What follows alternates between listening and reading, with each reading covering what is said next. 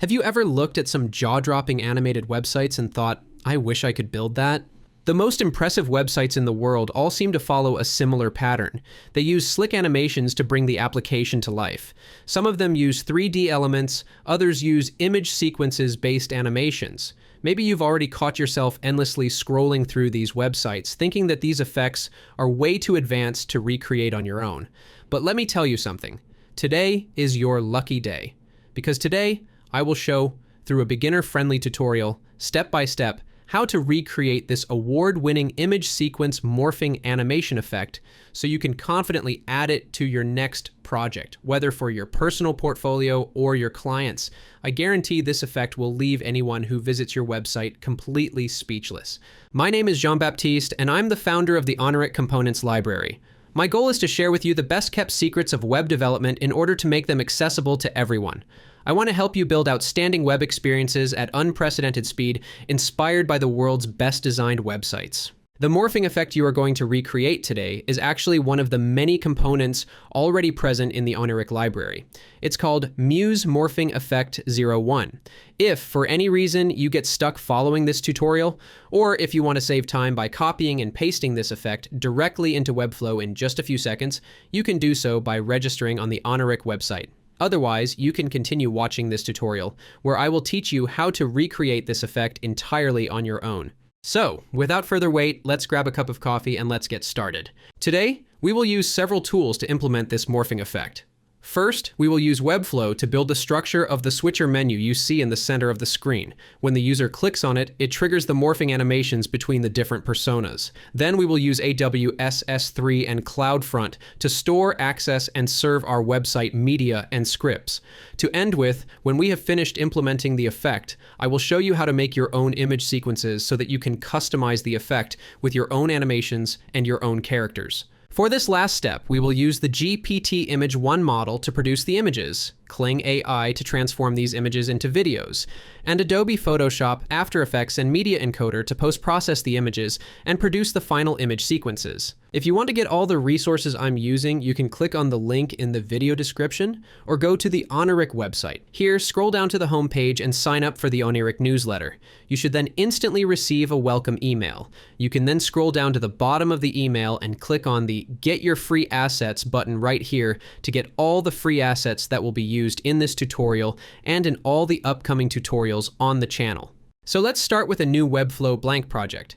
Select the body div and add a div block under it by typing Ctrl-E on Windows or Command-E on macOS and typing div block.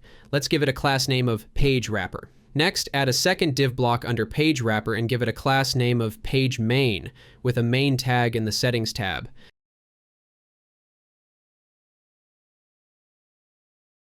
Then below Page Main, create another div block and give it a class name of Muse Morphing Effect 01.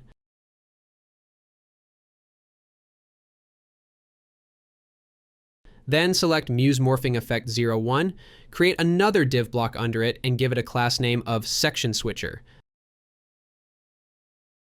Then select Muse Morphing Effect 01 again, create another div block under it, and give it a class name of Section Morphing. Once again, select Muse Morphing Effect 01, create another div block under it, and give it a class name of BG Gray, which stands for background. Change its position to fixed and click on the full icon so that it takes all the available space on the screen. Then change its Z index to -1 so that it remains behind all the other elements of the website. Next, let's change its background color to a gray one. You can copy the values I use on the screen or use your own. Next, select Section Morphing and change its position to fixed and full and set its Z index to 1.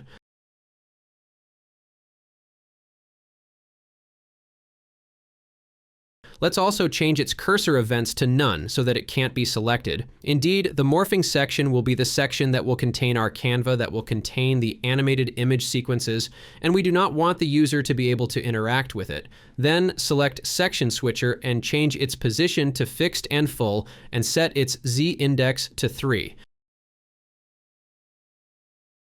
Next, select Section Switcher, create a div block under it, and give it a class name of Switcher Content.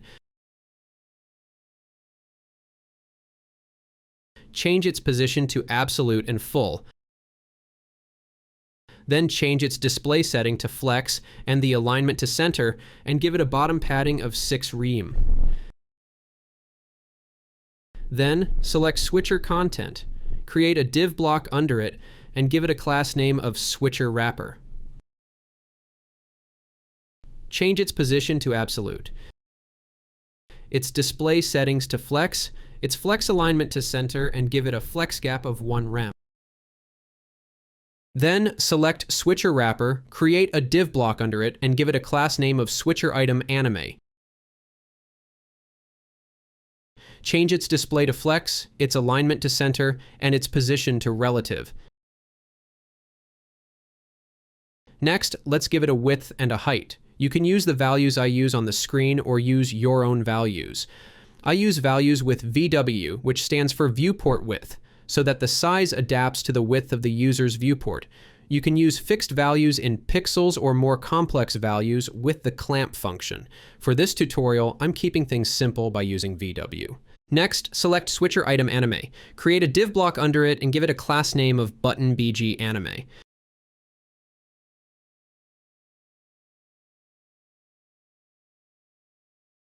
Change its position to absolute and full, and its z-index to 2. Then, let's change its background color to a red one.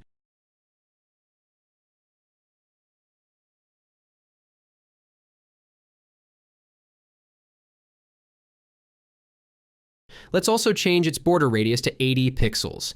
Then, select Switcher Item Anime and create a code embed under it. Let's close it for now and give it a class name of Switcher Icon Anime. Next, change its position to absolute and full and set its z-index to 3. Let's also give it a width. Next, double-click on the Switcher Icon Anime to open the Code Embed Editor, and copy the HTML image tag you see on the screen. It's a simple HTML image tag that sets the width and the height of the image to 100% of its parent div and sets its object fit to cover. In the source attribute, I have already placed a CloudFront URL because we will later see how to store our media in AWS S3 and access it through CloudFront. We will update the URL with our personal CloudFront domain later. Of course, if you use a different host, modify the URL to suit your situation. If you are wondering, for this particular image, you can also use the native Webflow image block instead of the code embed block we are using to import our image. The reason I'm using a code embed block is because later we will have to store our animated image sequences for the morphing effect on an external host, and I prefer all my media to be placed in the same place for personal organizational reasons. And the reason we'll need to host our image sequences externally is because when an image is imported and stored natively in Webflow, the URL at which the image is accessible is partially random. This doesn't work for us because we'll need to know the exact URL of all the images in our image sequences, so that our scripts, which we'll be coding later, can access them without any problems. Here I'm showing you the 5 icons and the morphing image sequences we will use for this tutorial. As a reminder, you can click on the link in the video description to download them. Once that's done, let's go back to our project and set up our Amazon Web Services account. Creating an AWS account is fairly straightforward. Just follow the steps on the screen and enter your information. If you're wondering why I use AWS in particular as a host, it's because unlike other Webflow-specific services that charge you based on the number of videos or assets you host, AWS has a pay-as-you-go billing policy. However, you get a fairly generous free tier, which means you'll never pay anything if your usage remains reasonable, which will be the case if you just want to host assets for your personal projects. In my case, during my first 6 months of using AWS, I had hundreds of videos and scripts hosted on it, and I was never charged a penny. Once your AWS account has been created, go to your console by clicking on the Sign into Console button. Then, in the search bar at the top of the screen, type S3 and click on the Buckets link. Amazon S3 is the AWS storage service where we will store our media and scripts for our website. A bucket is simply a storage unit, similar to a folder on your computer. Let's create a new bucket by clicking on the Create Bucket button. Next, give your bucket a name. For the sake of this tutorial, let's call it Oniric Tutorial. You can then leave the other settings at their default values. Keep in mind the block public access settings for this bucket section, as I will explain later what these settings are for and why we keep them checked. For now, all you need to understand is that if you uncheck these settings, all the assets you host in your bucket will be publicly accessible on the internet by anyone who knows your bucket's Amazon URL, which is not what we want. Next, click the Create Bucket button to create your bucket.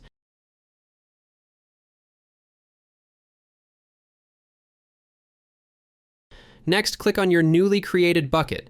Let's be organized and store our objects in appropriate folders. Click on the Create Folder button and give it a name of Muse Morphing Effect 01.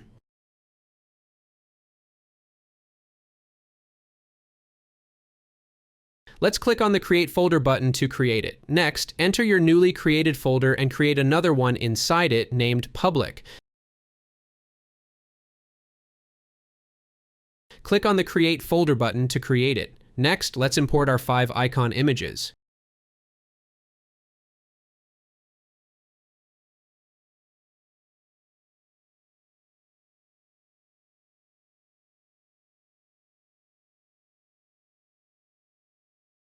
Click and drag them in your S3 public folder to trigger the import, and click the Import button to import them. Once it's done, let's now create what is called a CloudFront distribution. For now, just follow what I'm doing on the screen, and I'll explain later why we're doing this. Click on the search bar at the top and type CloudFront. Then click on the CloudFront link, and then click on the Create a CloudFront distribution button. Next, give your distribution a name, such as Oniric Tutorial Distribution, and a description if you wish, then click Next. For the origin type, you can leave Amazon S3. In the S3 origin section, click Browse S3. Select the S3 bucket you created earlier and click Choose.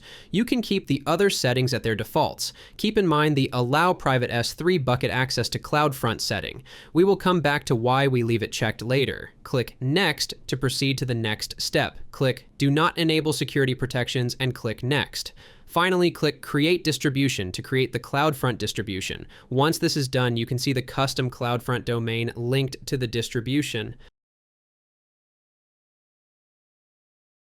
Now let's go back to our Webflow project. Let's open the code embed editor of switcher icon anime and update the URL with our CloudFront domain so that the URL correctly matches the location of our image. Great. Now that we imported our image, let's apply it a 2D transform and move it by a few pixels so that it's centered relative to the red background. Before continuing, let's briefly explain what we did on AWS. In our S3 bucket where our media is hosted, you can access the Amazon URL for one of our objects by selecting it and then clicking the Copy URL button. If you then try to open this URL in your web browser, you will get an Access Denied error message from the server. This is due to the block public access settings for this bucket parameter that we left checked when creating the S3 bucket. This makes the objects stored in our bucket private and inaccessible, even if you know the Amazon URL of our S3 bucket or the objects inside it. The problem now is that with the current settings, no service can access our objects, including our website. To fix this issue, we created a CloudFront distribution. Amazon CloudFront is what is known as a CDN, which stands for Content Delivery Network, whose role is to distribute our content to users across a global network of servers. Remember, when configuring our CloudFront distribution, we specified our S3 bucket as the origin. The origin is the location where CloudFront will fetch our content to distribute it to users. In addition, during the CloudFront configuration, we left the Allow Private S3 bucket access to CloudFront setting checked, which allows CloudFront to access the contents of our private S3 bucket and distribute our assets stored for our website. You can verify this by trying to access the same objects stored in our private S3 bucket, but through the CloudFront domain linked to the distribution we created.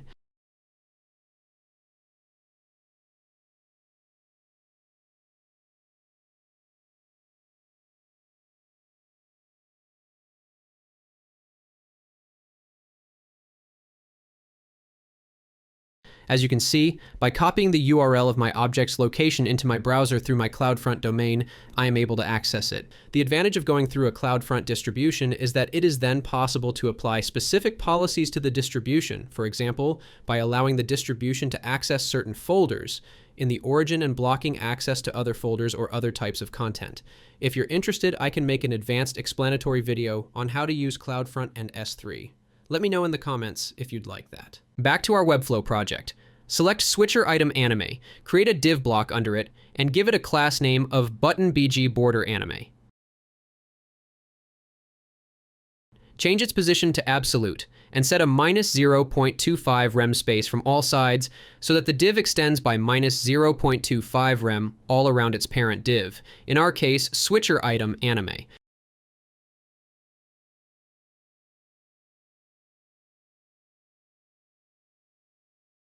Give it also a border radius of 80 pixels, make the border solid with 1 pixel width and a dark gray color.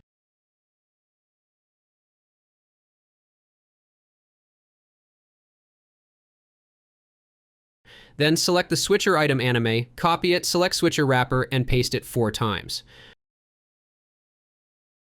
For each of the newly pasted Switcher item, we will duplicate and change the names of the different classes to match the other icons. Let's start by duplicating the Switcher Item Anime class and give it a name of Switcher Item Space. Then select Switcher Icon Anime, duplicate its class, and give it a name of Switcher Icon Space. Next, select button.bg Anime, duplicate its class, and name it button.bg Space. Then select button.bg Border Anime, duplicate its class, and name it button.bg Border Space. Select button background space and change its background color to a blue one.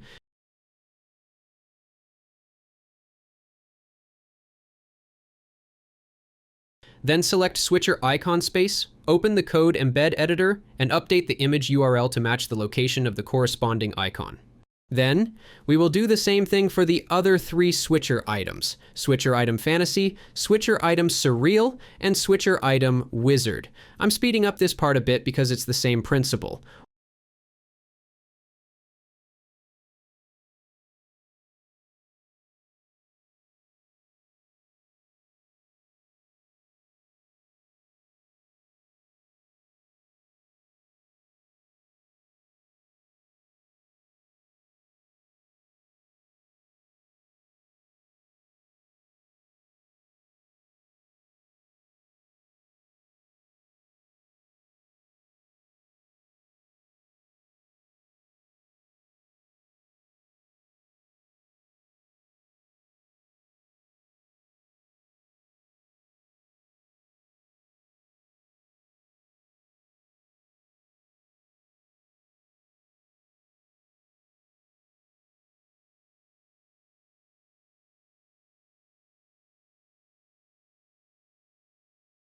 Once that's done, select button.bg Border Anime and change its opacity to 0.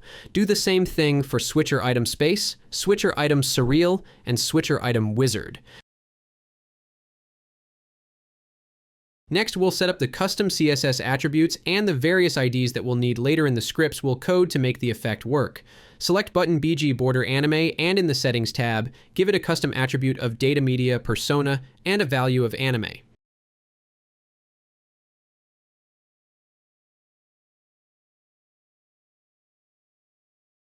Do the same things for the other 4 button.bg border and change the value of the custom attribute accordingly.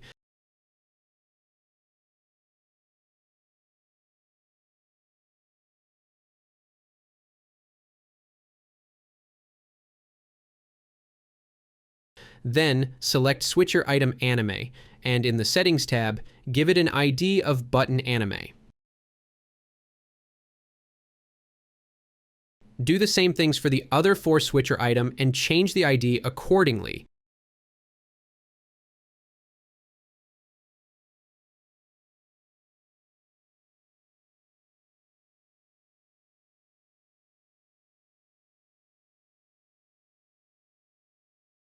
Then, select Switcher Item Anime and change the cursor to a pointer one, so that the user understands that it's clickable.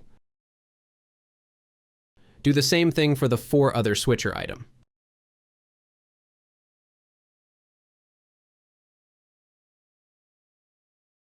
Next, select section morphing, create a div under it, and give it a class of morphing person wrapper.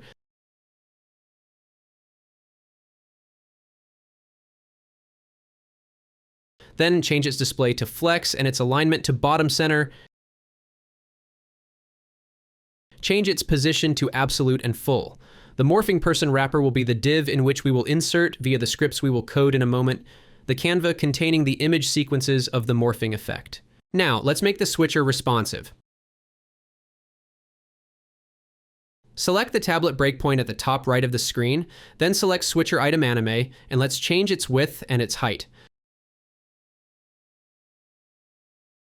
Then select the mobile breakpoint, and let's change once again its width and its height.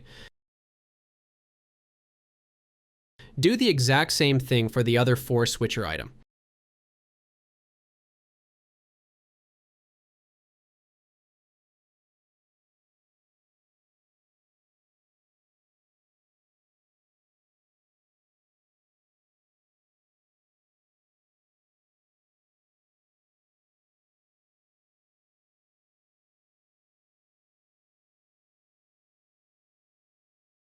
Then, in the tablet breakpoint, select switcher icon anime and change its width.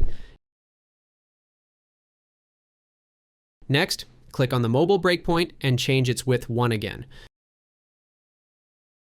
Do the exact same thing for the other for switcher icon.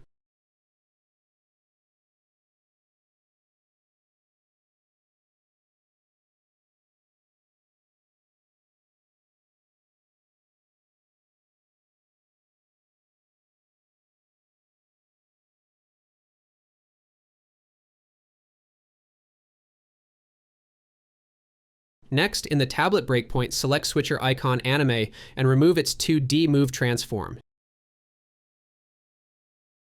Do the same thing for the for other switcher icon.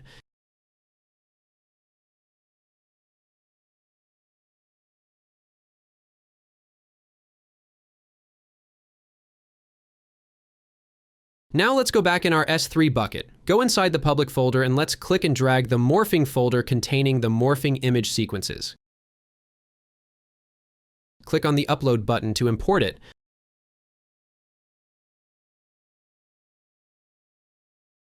Now let's set up our code environment. Create a folder on your PC and open it inside your favorite IDE. Then, inside it, create a new file and call it custom.js.html. Next, let's create another folder. Call it scripts, and inside it, create a new JS file called morphing script, and another one called persona toggle script.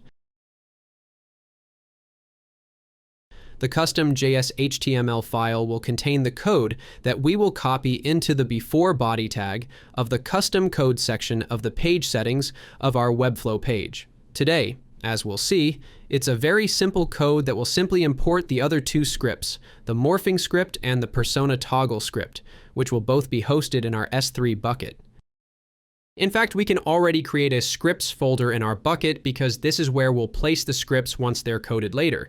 If you're wondering why I don't put the script code directly in the custom code part of Webflow, it's because Webflow's custom code has a length limit of 50,000 characters, which is easily reached when the page has multiple effects or animations. In addition, for personal organizational reasons, I prefer to separate the different scripts and import them separately into my final website. Of course, this is a matter of personal preference, and you can do things differently if you want. Let's start by coding the content of the custom.js.html file. As mentioned before, we'll simply import our other two scripts with two script tags. I've already written the two URLs because I already know where the files will be stored.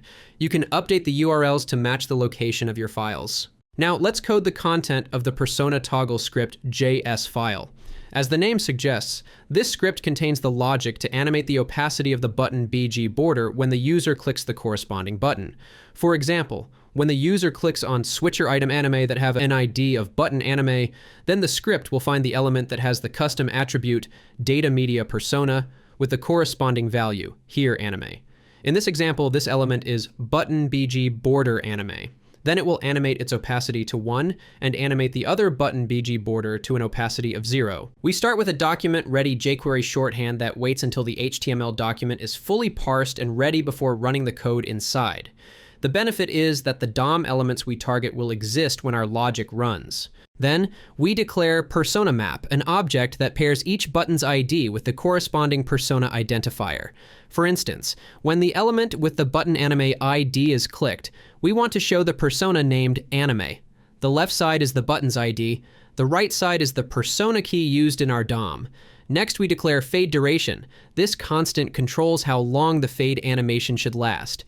Here we iterate over the persona map entries. For each pair, button ID is the button ID, and persona key is the target persona, like anime.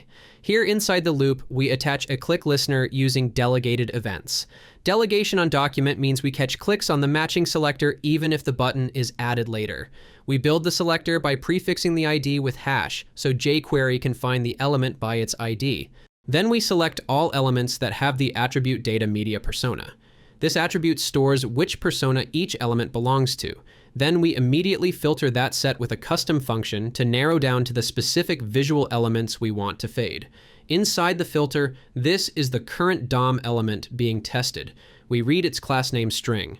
If for some reason it's missing, we fall back to an empty string to avoid errors when we search it. Then we keep only elements whose class list contains the substring button BG border. Next, we iterate over every target element that should respond to the click. We'll compute whether each element matches the chosen persona, and then animate accordingly. Here we read the element's data media persona attribute and compare it to the clicked button's persona key. If they match, this element belongs to the active persona and should be shown, otherwise it should be hidden. Here we halts the current animation on the element and clears the animation queue. Immediately after stopping, we begin a new animate call. Then we animate the CSS opacity property. If isMatch is true, we fade to fully visible, value of 1, otherwise we fade out to invisible, value of 0. Here we compute the fade duration. As jQuery expects milliseconds, we multiply our seconds value by 1000. With 0.4 seconds, this becomes 400 milliseconds. Finally, we specify an easing function. Swing is jQuery's default ease in out curve, which looks smoother than a linear change. Now we will code the content of the morphing script JS file. It will be the file that handles the logic of playing the different image sequences of the morphing effect. Just before that, I would like to give credit to the article you see on the screen of the CodeDrops website written by Jean Mazzuni, which explains how he implemented this morphing effect. The article is well detailed and well written, so thank you, Jean Mazzuni, for sharing this. We will code an adaptation of this code in our project using our own techniques. So we begin with a document-ready wrapper. It waits until the browser has parsed the HTML, ensuring the elements we target exist before our code runs. Then we select the wrapper element by its CSS class. Please check that this class matches exactly the one placed in our Webflow project just before. Next, we build a new canvas element, and we physically insert the new canvas into the wrapper so it appears on the page. Here, we extract the raw DOM node from the jQuery wrapper. Canvases is now a native canvas element. Then we obtain the 2D drawing context and we store it in context. Then we define a helper function update canvas size that sets both the internal resolution and the CSS size of the canvas, and we'll call it on load and on resize. Here we compute a responsive height equal to half the viewport height. This makes the effect scale with the user's screen. Here we keep a perfect square by mirroring height to width. This matches our square source frames and prevents stretching. Then we set the internal pixel width and height of the canvas. Here, we set the CSS size so the canvas displays at the same square size in layout pixels. Here, we reapply sizing whenever the window resizes to keep the canvas responsive. Then we declare image base. This is the root CDN path where all our frame images are hosted. Next, we declare transitions that lists the circular transitions between the 5 personas. Each folder holds a sequence of frames transitioning from one persona to the next. In our case, each transition has 24 frames, numbered from 00 to 23. This number drives how many image URLs we will generate per transition. Then, we use a loaded images array that will store the fully loaded image objects in the exact order we intend to display them. Next, we declare a helper function, buildSources, that generates the complete ordered list of image URLs to load. Inside it, we start an empty list to collect URLs. Then, for each transition like 1-2, We will add its 24 frame URLs in order.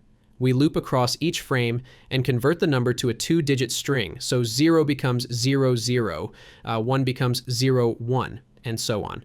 Then we assemble the path. For instance, transition 1-2 with index 0, 0 becomes this path. This matches the naming convention on our files.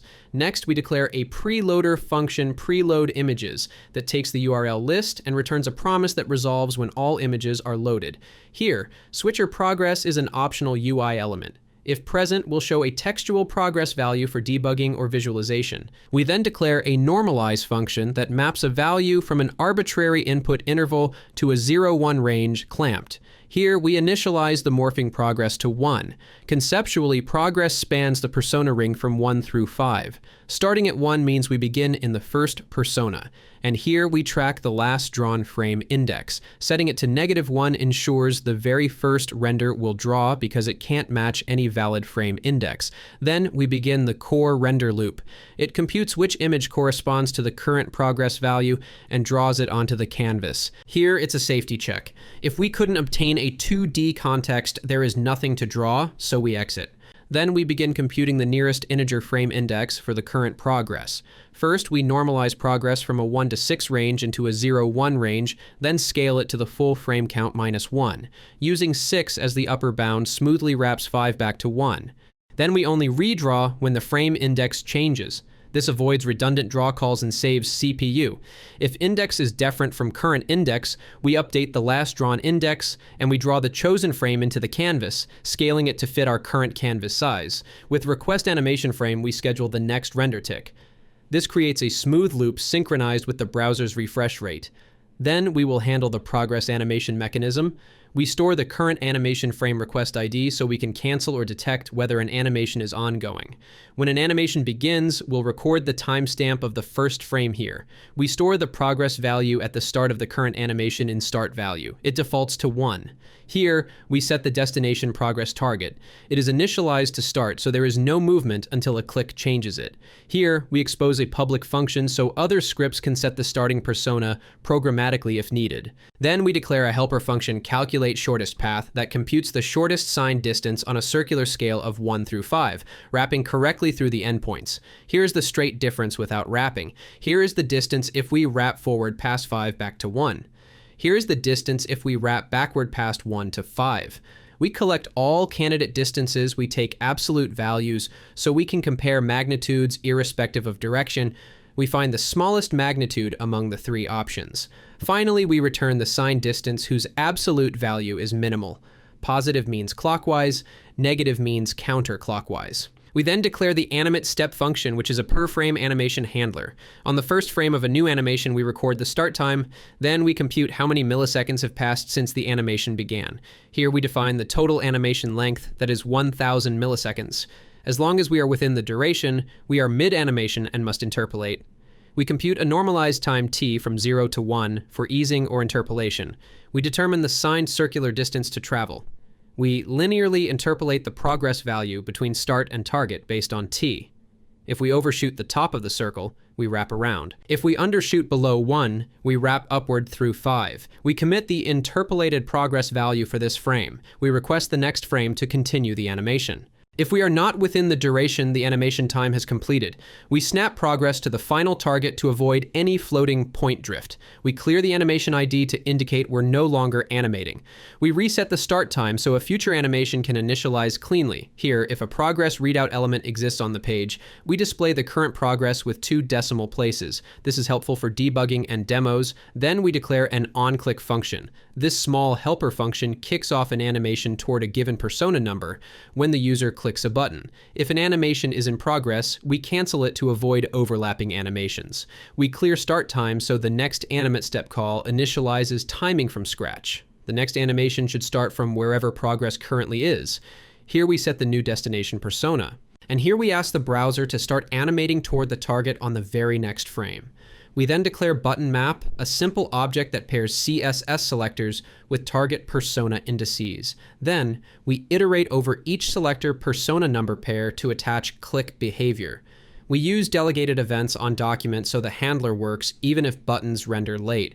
On click, we trigger the progress animation toward the mapped persona number. Finally, we will handle initialization. We will show a loading state, preload all images, then start the render loop. Here, we add a loading class to the body. It's useful if you want to show a spinner while images load. Otherwise, you don't need it. Then, we call build sources to generate all URLs, then pass them to preload images to load every frame. When all frames are loaded successfully, this promise resolves with the array of image objects in display order. We store the loaded images, making them available to the render loop. Then we remove the loading class to hide any spinner. The UI is now ready. We kick off the perpetual render loop so the current progress is visualized on the canvas. Here we use catch. If any image fails, this error path is executed and we log an error message to the console for diagnosis. Once that's done, let's copy the content of our custom.js HTML file in the before body tag of the custom code settings of our Webflow page. Then let's drag and drop our 2.js scripts in the scripts folder of our S3 bucket to trigger the import, and click the upload button to import them. Then let's go back to our Webflow project and publish our website.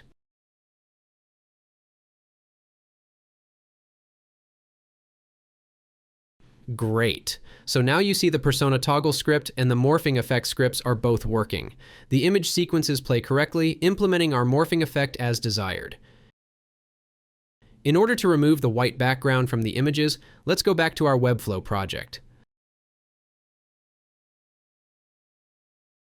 Select section morphing and change its blending mode to darken. Let's publish our website once again. And here it is, you have just completed this award-winning morphing effect. Congratulations on making it through with me. Seriously, isn't this a gorgeous effect? Everything works so smoothly. Now I'm going to show you how to create your own image sequence, so you can make your own animation and your own morphing effect, with your own characters or objects. First of all, I'd like to show you the LM Arena website. It's a website that allows you to test most of the AI models available on the market for free. You can use the text models, the text-to-image models, and the text-to-video models on their Discord channel. What I wanted to show you today is the leaderboard section of the website. As you know, the AI sector is evolving very quickly, and it's sometimes difficult to know which AI model to use at any given time. LM Arena allows you to see in real time the most efficient AI models for different categories of tasks according to user votes. It's this leaderboard, among other things, which allowed me to determine the AI models that we will use to create our sequence of images just after. Let's start by generating the character images. To do this, I use GPT Image 1, OpenAI's text-to-image model, available in ChatGPT. You can see on the screen one of my chats that allowed me to generate the personas of the knight, the astronaut, and the Japanese anime character. All the personas I used were generated in the same way. I then performed several iterations to obtain the images I wanted. You can pause the video if you want to read the chat, but there's nothing too fancy here. Then I use Adobe Photoshop to post-process the image character. I position the image in a square canvas so that the character is in the center. Then I add a white fill layer behind it to fill the gap. Then I select my character and apply a black and white filter to it.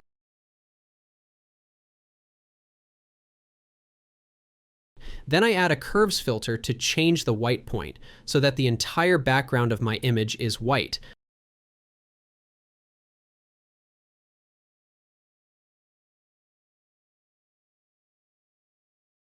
I then check with the color picker that the background of my image is uniformly white. A small additional note, we must be careful not to leave pure white values on our character. Otherwise, when we apply the darken blending mode on our morphing section, certain parts of our character will be eaten. On the knight character you see on the screen, everything is fine. However, I forgot to do this check for some personas, especially the surreal one. Some parts of the character's helmet are too white, as are some parts of his armor on his back, which makes applying darken blending mode take away from the image a bit. If you're wondering why we use a darken blending mode and why we don't just generate images with a transparent background like PNGs, it's because of the following step when we're going to transform the images into videos. To my knowledge, there is no image-to-video model yet that allows us to generate videos with alpha channels, that is, taking transparency into account. We therefore need to give the image-to-video model's images with a white background as input. That will generate video with white background too, but which we will then remove with our trick.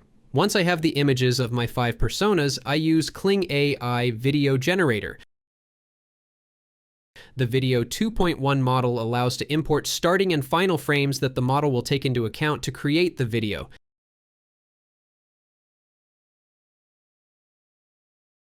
I then use a simple prompt. The first character is morphing into the second character. Only the shape of the character changes to get the morphing video effects. Then, once I have a video I'm happy with, I import it into After Effects. I don't know if you can see it in the video, but in the bottom right corner of the video generated by Kling AI, there's a watermark labeled Kling that I want to remove. To get rid of it, I simply create a white solid above my video, and I mask it to cover only the area where the watermark is.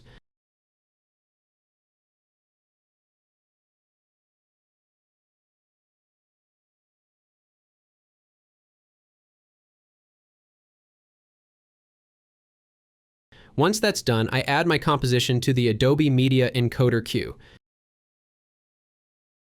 Inside Media Encoder, I then adjust the export settings to render a JPEG image sequence.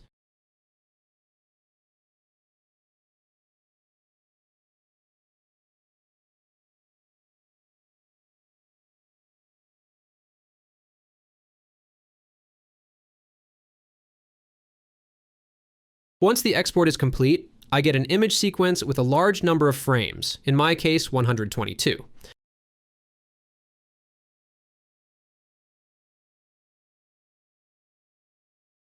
Remember that our target image sequences must contain 24 frames in total. I therefore need to keep one approximately every 5 frames.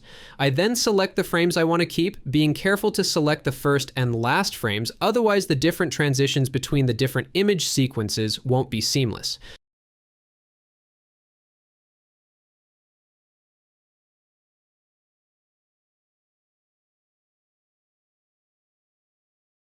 I then visually select the frames I'm interested in, keeping more frames where I see the transition happening, and taking fewer frames at the ends where the action has either not started yet or has already ended.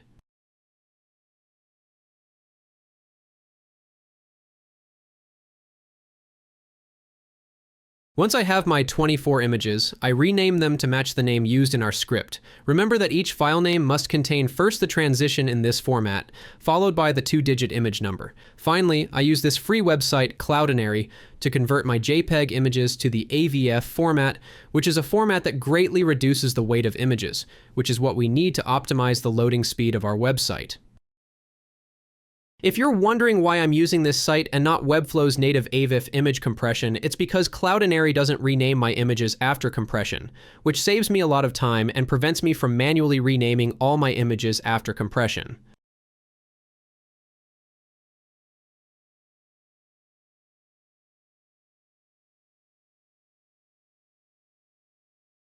And that's it. With this method, you can generate your own image sequences in order to create an award-winning morphing effect with your own characters or objects of your choice. I hope you enjoyed creating this effect with me.